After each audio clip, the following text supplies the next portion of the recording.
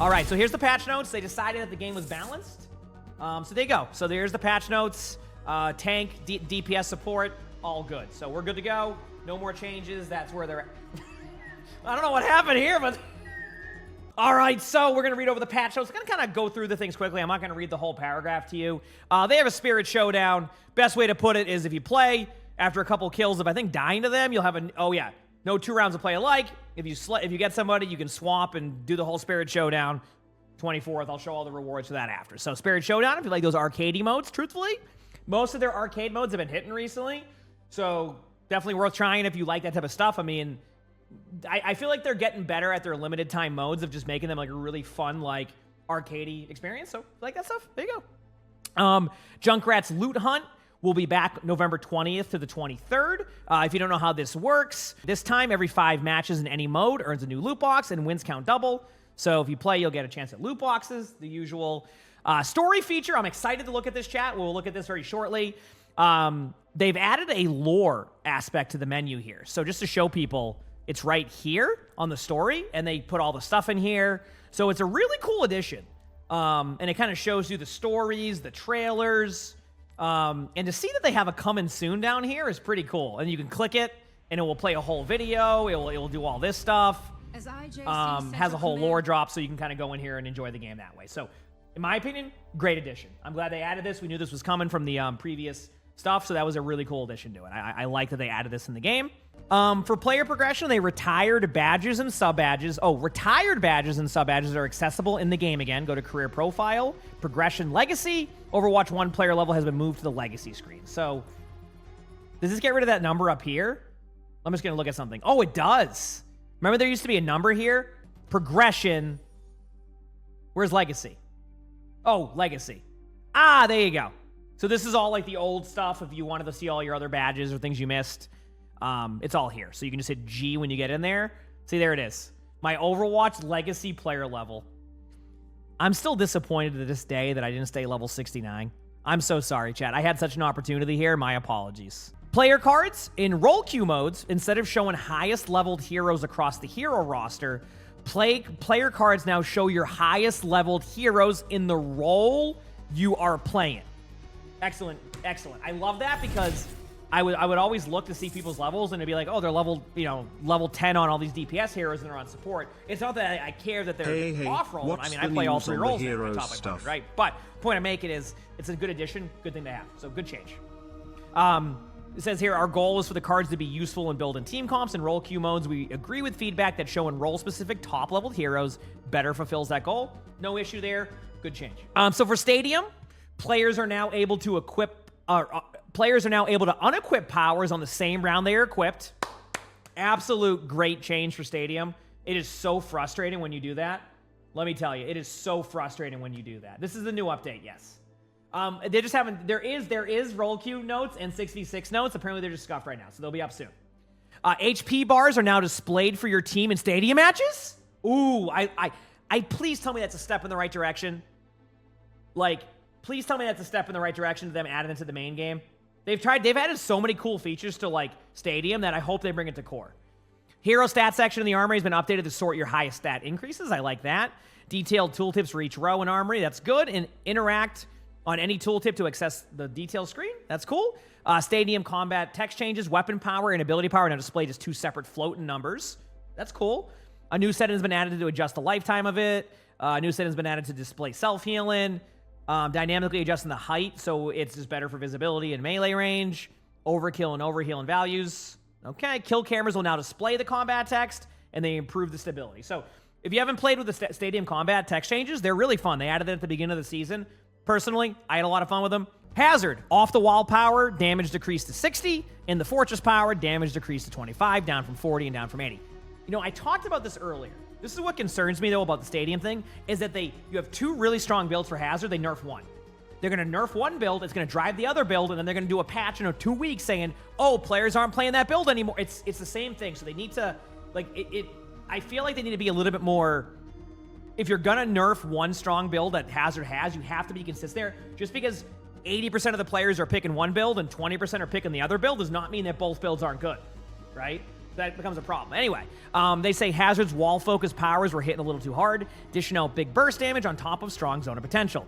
We've reduced the knockback damage from both off-the-wall Fortress and to make the ability feel fairer to play against while keeping its area control and impact intact. So, like, people are just going to go the right-click build.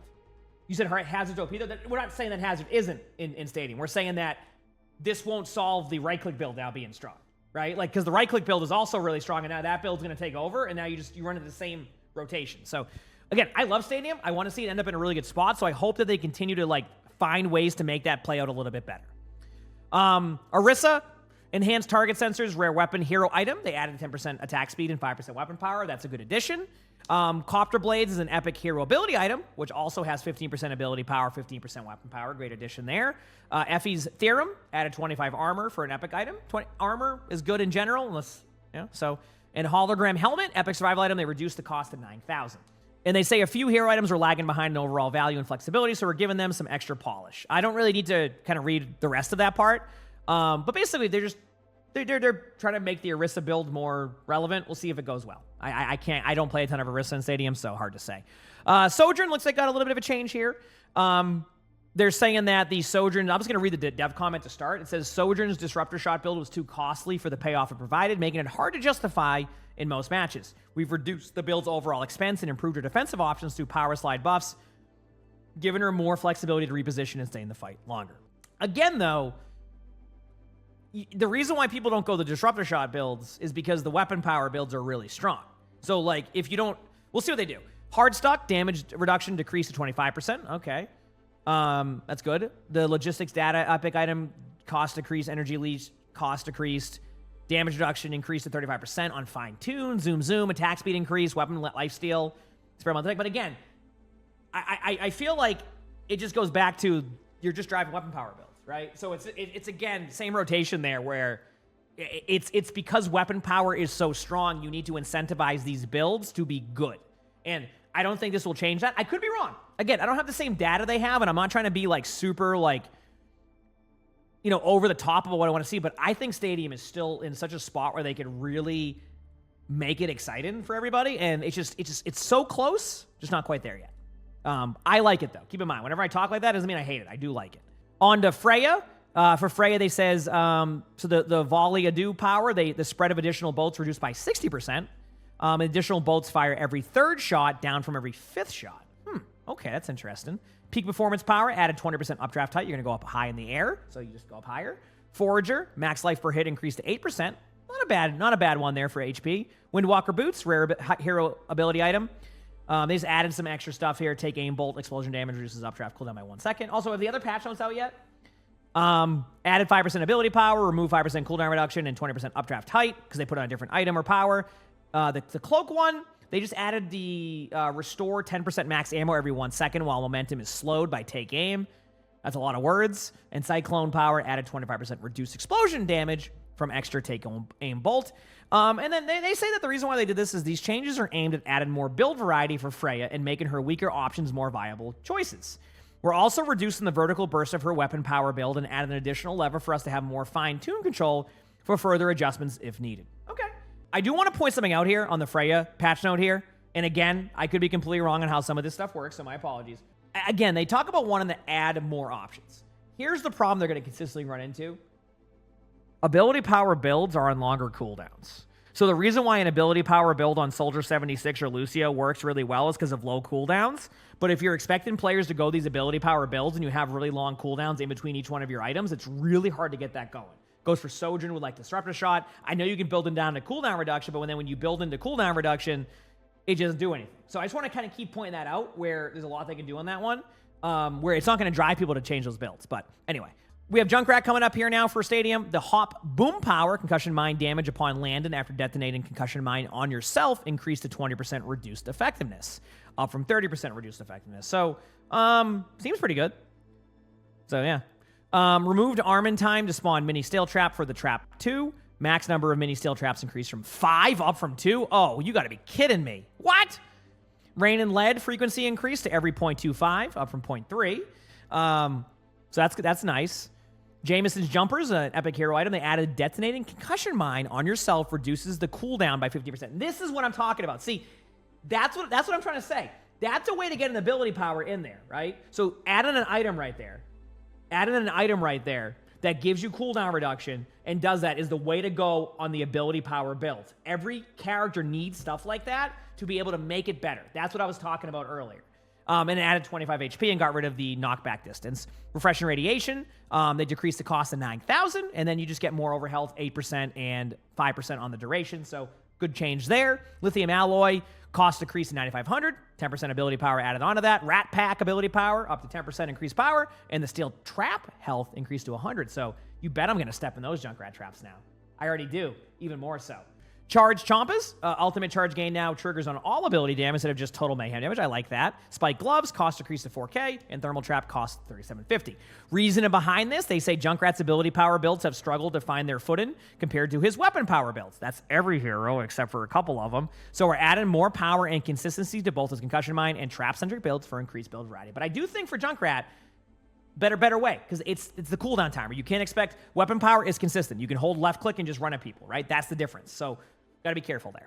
Anyway, on to support now. Brigida, Whirl Whip power, bonus damage on 360 Rocket Flail increased to 125. And the Righteous Cleave power, healing on next Rocket Flail swing increased to 125, up from 100. They say Brigida's weapon power build has remained niche and difficult to justify her other build options. We're adding a bit more firepower and survivability here to make it more viable option in the right situation. Brig is fun in Stadium. If you haven't given it a try, really fun. Juno, medicinal powers, now heals extra 30 health on Pulsar hits. So if you like Juno in Stadium, I think this is going to make that build a little bit more better. It's a way to explain that. Bringing back the extra heal that medicinal missiles used to have. This boost adds more sustain for allies and makes her supportive playstyle feel even more rewarding when landing those precise shots. So good change for Juno here. And yeah, so that is what they did in Stadium. I'll look at some of the bug fixes here. Again, there is more patch notes. Unfortunately, right now it's a little bit behind and delayed, so I need to wait on a couple of things. Okay, so now we're on to this is the 5v5 patch notes. Keep in mind there are 6v6 ones too. So the first change we have here is Diva Extended Booster perk. Booster now deals 100% additional damage. Believe it or not, and I am very vocal about the Diva perks, the minor ones that is. This is a good change. I actually like this. Diva was really fun at the beginning of Overwatch 2 in 5v5 setting when you could like fly through people with boosters and do damage. So I actually think this gives you a viable option now. Honestly, even though the Baby Diva perk is good for survivability outside of form, I actually might lean towards this perk because you get the extra booster timer and this. So a pretty good change. Hazard, Spike Guard no longer prevents critical damage. Ooh, that's a nerf for Hazard. That is a nerf for Hazard, I will say. Oh boy, we'll see how that goes. And Violent Leap cooldown reduced from 6 to 5.5, which got to be a compensating buff for that one. Changes here say, with Hazard's block now less reliable against burst damage, this change increases his mobility, allowing him to reposition and engage more effectively. Well, I got good news for you. I don't even think you need to change the Violent Leap cooldown reduction there, because I don't think Hazard's going to have a problem repositioning. It's just going to be back to the spawn doors. All right? So I just want to point that out. I don't think it's going to be much of an issue. Yeah, I feel like that feels like a pretty big nerf to Hazard, but I could be wrong. You know, I could be wrong on that one. I have to see how it plays, but that is a huge difference. So we'll see. Orisa, Fortify, and Terror Surge now only prevent headshot critical damage, and not forced crits. Oh, so like Mauga, right? The dev comment says alongside Hazard's updates, these adjustments address specific interactions that were previously mitigated by these defensive abilities, such as Mauga's ignited critical damage and Reinhardt's Earth Shatter. Well, this makes Orisa just worse. All right, Ramattra. Base health increased from 250 to 275. And then the Relentless Form perk no longer has half effectiveness while in Annihilation? What is it right now? Or what was it before? Or actually, let me just look very quickly. I'm going to do this if I don't understand something, so just give me 2 seconds. So if I just go here very quickly. Now you get a second in and out of Ultimate. Oh! So now it's eliminations extended by 1 second. That's huge, actually. That makes it... Again, though... If I'm going to be real with you, chat, I just don't I mean, Relentless Form is nice. I just still feel like Void Surge is such better for uptime. But I think this definitely makes that perk more of a viable option if you like getting ultimates. Straight up. Anyway. Okay. And then Zarya, last change here. Energy Converter perk has the energy gain reduced from 3 to 2. I'm going to assume that perk was getting picked a lot, so they decided to nerf it. Seems pretty straightforward to me. Don't really have anything else besides that. I think that's totally fine. I think we know why they nerfed that, what the problem is there, so there you go. DPS, Ashe, the Viper, secondary fire fall-off range rescaled from 30 to 50 to 40 to 60. Increase in Ashe's fall-off range allows her to perform more consistently at her intended mid to long-range distances. You said the camera's hecked up there? Okay, let me fix it very quickly. Here's my take on this Ashe buff. Why not? If they're going to keep all the other snipers as strong as they are, there's no reason why Ashe should just sit there and not be at that same level. You know what I mean? Straight up. Okay, anyway. Cassidy.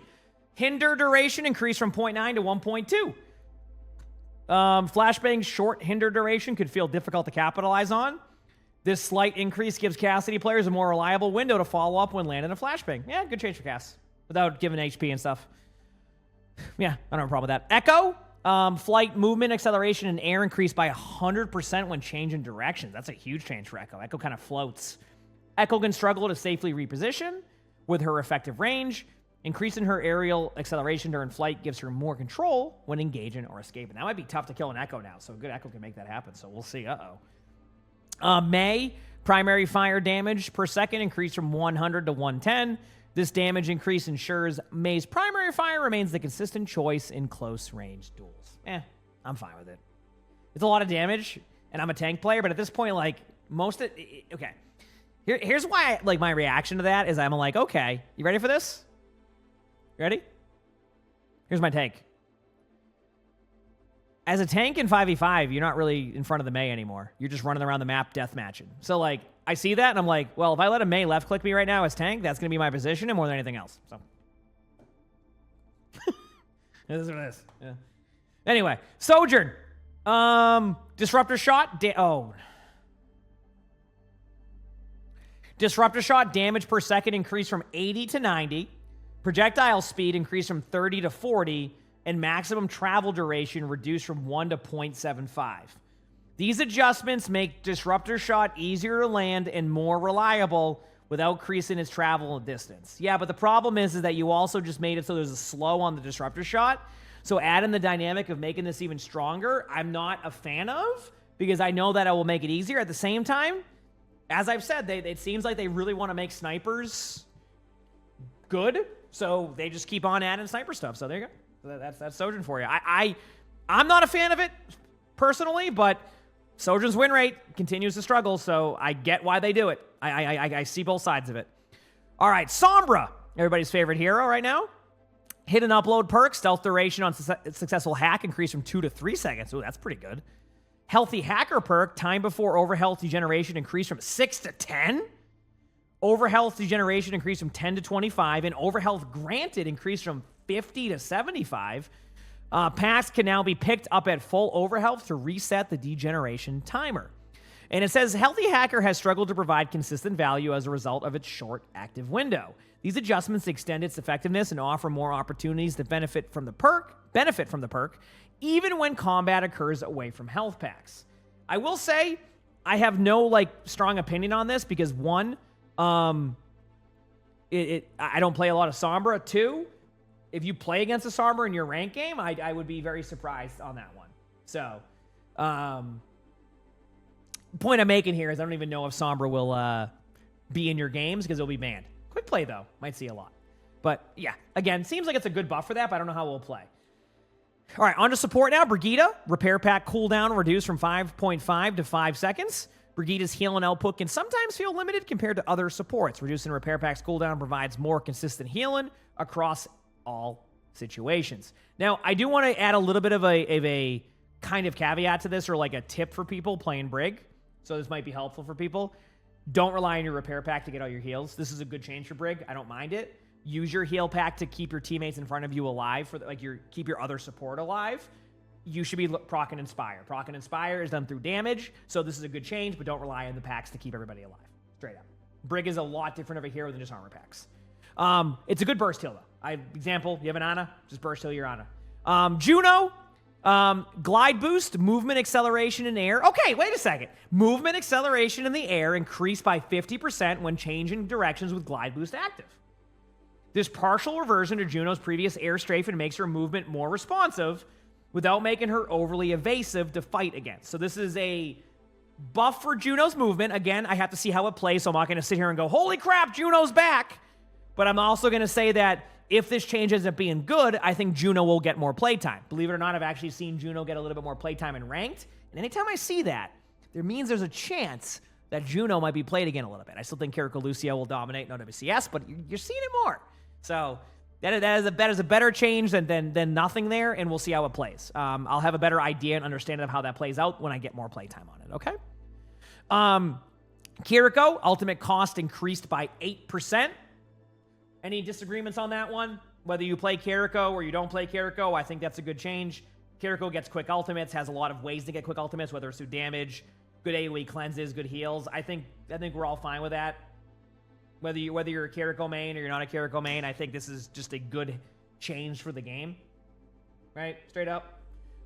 Dev comments say Kiriko's ultimate remains one of the most powerful in the game because of its large area and the value it provides to her team. Increasing in cost brings it to more in line with its impact. I'm fine with that. I don't think there's anything wrong with that. You could argue you could even do more. So, yeah, you said as a greedy Kiriko, you don't like it? Oh, you'll be fine. You'll get your ults.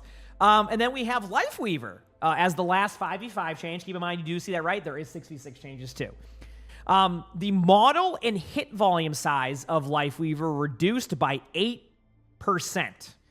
Blizzard must have been very happy with Bastion's hitbox reduction because they are now doing it again, but with Lifeweaver. And the Heal and Blossom / Thorn Volley, automatic reload time for inactive weapon reduced from 2.5 to 2 seconds. And then time between weapon swap reduced from 0.25 to 0.125. So a pretty good change there for that kind of like back and forth. They say Lifeweaver's larger model made him much easier to hit than most supports. With his lower health pool, this hitbox reduction offsets that loss in survivability, while weapon swap improvements make his gameplay smoother and more responsive. So, seems like a good change for Lifeweaver. I, again, don't play a lot of Lifeweaver to know some of the pain points, but I think that's a good change. Yeah, you should. It's just anytime you can reduce how much damage you're taking, you're probably going to be in a pretty happy spot with that one, right? So, no complaints on my end with that one. All right. And then, so that's that. So there's all your 5v5 changes. Pretty solid. Again, I think they've gone a little bit chill with some balance because of perks, but this feels like this is actually one of the more balancey patches I've seen, where like they actually change a little bit about the balance of heroes. So, yeah, some heroes got some good benefits here. So there you go. So that's your 5v5 ones, and now we're on to the 6v6 hero changes. So yes, you're hearing that right. They have decided to balance 6v6 in Overwatch. You haven't played it. I actually just started playing it last week. Pretty fun. If you're a tank player and you don't like the current playstyle of 5v5 tank, it's probably going to be a good time. So D.Va has been nerfed in 6v6. Kind of, not really. I'll explain that in a second. Health reduced from 350 to 300. It's not nerfing the armor, so you're still fine there. But then it says Defense Matrix recharge rate reduced by 15%. Is that quicker or faster? It would be reduced, right? So that's like a buff to the Defense Matrix. All right, Doomfist, the best defense perk or not the best defense, just like the overall thing. Over health gained per target reduced from 35 to 25. That's a pretty big change. And the amount of damage to gain Empowered Punch increased from 100 to 120. So you heard that correctly, chat. Your teammates who will absolutely shoot at the Doomfist now have to do an extra 20 damage to that Doomfist. So you know that's still going to happen regardless. So there you go. Doomfist is nerfed. Junker Queen. Base health increased from 425 to 450, and the self-healing scale is increased from 1.5 to 1.75. Might have to play some Queen in 6v6, because that is a buff and sounds pretty damn good. So I'm looking forward to trying that out. I'll have to give some Queen a go. Mauga, Cardiac Overdrive cooldown reduced from 17 to 15 seconds. A lot of what I've seen recently is a lot of people really want Mauga to be front and center again. So with the changes in the 5v5 to against Orisa and the changes now in 6v6, everybody's kind of getting their vision of hopefully Mauga returns to the meta soon. Reinhardt, shield health increased from 1500 to 1800. Yeah, makes sense. More damage on the shield. I get it. Winston, jump pack, cooldown reduced from 6 to 5 seconds. Get the feed more efficiently now, or get out quicker. Wrecking Ball, base health reduced from 500 to 475. And adaptive shields go from 75 to 50. Zenyatta, Orb of Discord, now has a cooldown per target. So that's interesting. Kind of a cool change. And that's your 6v6 changes. So not a lot of 6v6 changes, but clearly D.Va was really impactful in those, as well as the tank. So it kind of seems like it was mainly a nerf or buff to tanks in 6v6, and then a lot of just like small things. So there's your first set of changes, and that's that. So there's everything you got there, chat. Cool. Hi, buddy. What now? What are we playing? What are we trying? What do you want to do?